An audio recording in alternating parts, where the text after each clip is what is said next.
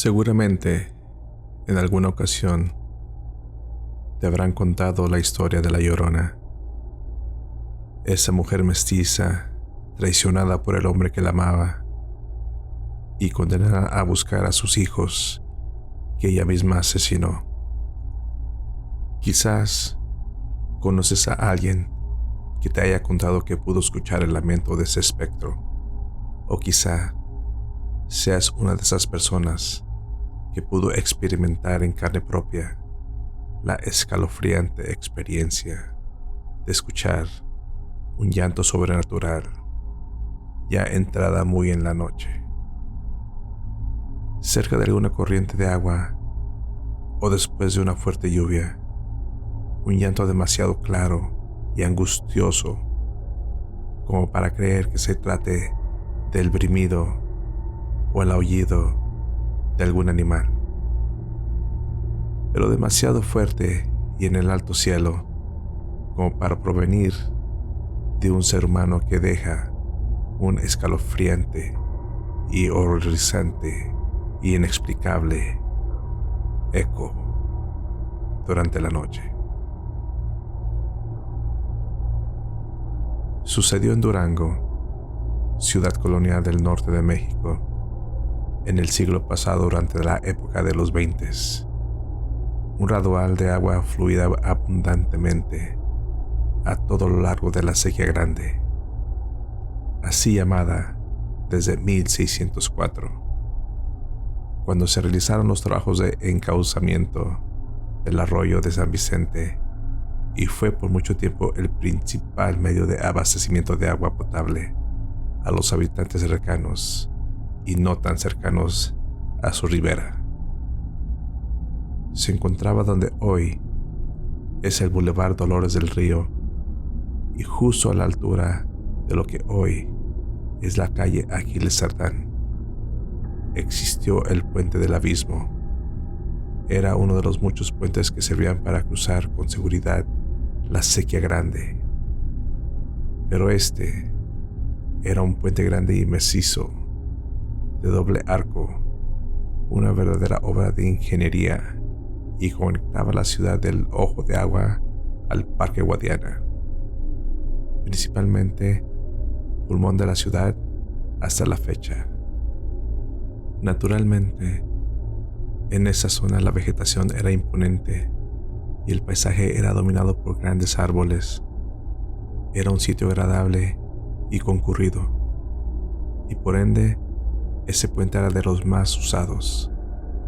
Pero por la noche todo era muy diferente, pues eran pocas las personas que se atrevían a cruzar por ese lugar. Hay que tomar en cuenta que en aquellos ayeres las calles quedaban prácticamente desiertas desde las 9 de la noche, y ya después de las 10 solo se podían encontrar algunos bohemios que andaban por la calle, un caballero distraído, enamorados que les había corrido el tiempo inconvenientemente rápido, el gendarme, el sereno, y siempre existía el peligro que rondaba por ahí algún delincuente oportunista.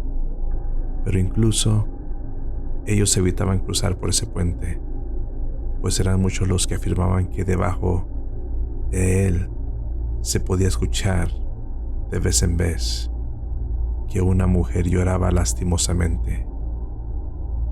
Quienes la escuchaban trataban de ignorar ese llanto, pues sí, podían tratarse de una mujer en verdadero peligro o simplemente una pareja discutiendo por motivos personales. También cabía la posibilidad de que tratase de La Llorona.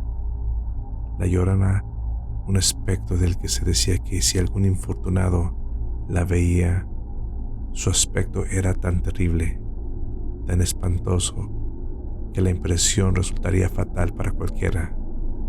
También se decía que de repente se escuchaba un alarido espantoso que cubría toda la bóveda de celeste, un estallido repentino que poco a poco se alejaba, desvaneciéndose de un tenebroso que erizaba los cabellos y estremecía hasta la médula que lo escuchaba. Pues no era un gran sonido humano. Ese lamento atronador, desgarrante y aterrador era el grito de la Llorona. Ya en esa época apenas oscurecía y quienes cruzaban por ese puente tapaban con sus manos sus oídos y cruzaban a toda prisa para alejarse lo antes posible, temerosos de escuchar ese llanto, pues eran muchos los que habían testificado el haber escuchado ese aullido espantoso a medianoche mientras cruzaban el puente.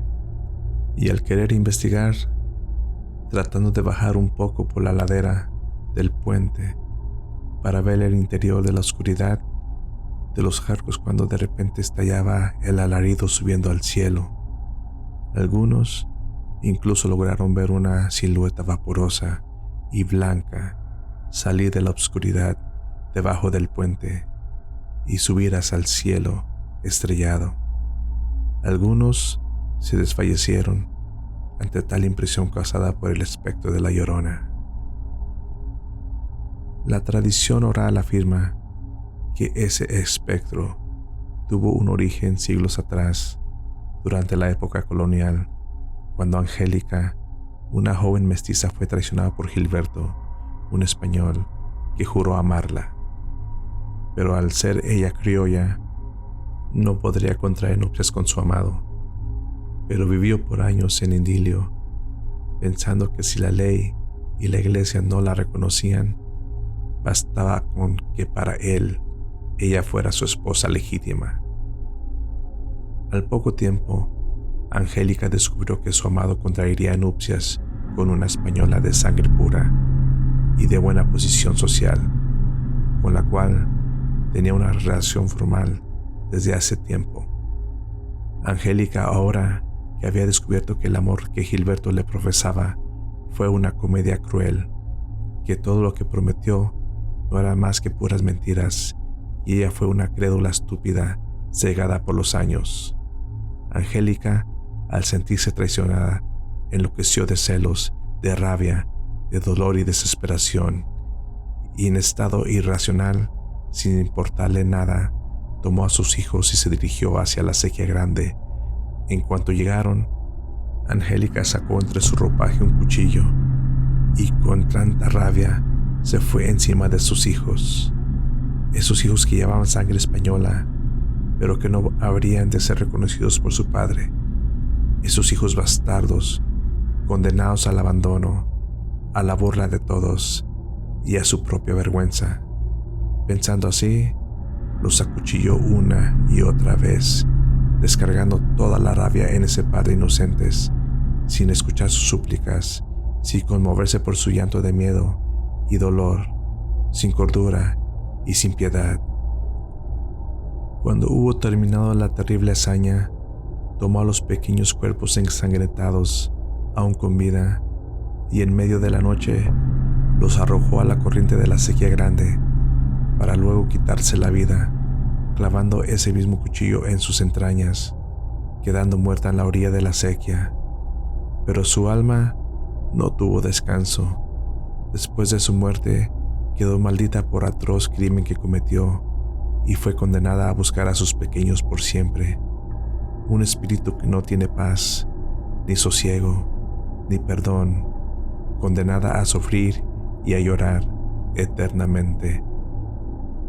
Al pasar de los años, y hasta el día de hoy, aguza bien tus oídos en las noches lluviosas, o si alguna vez te encuentras por la noche cerca de algún río o un arroyo, o caminas en soledad por algún paraje desierto y escuchas el llanto o lamento de una mujer, piénsalo 2 veces antes de investigar, porque podría tratarse de la Llorona.